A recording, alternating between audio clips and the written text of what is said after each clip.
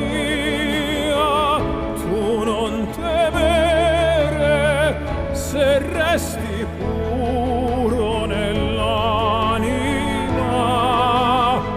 e anche quando avrai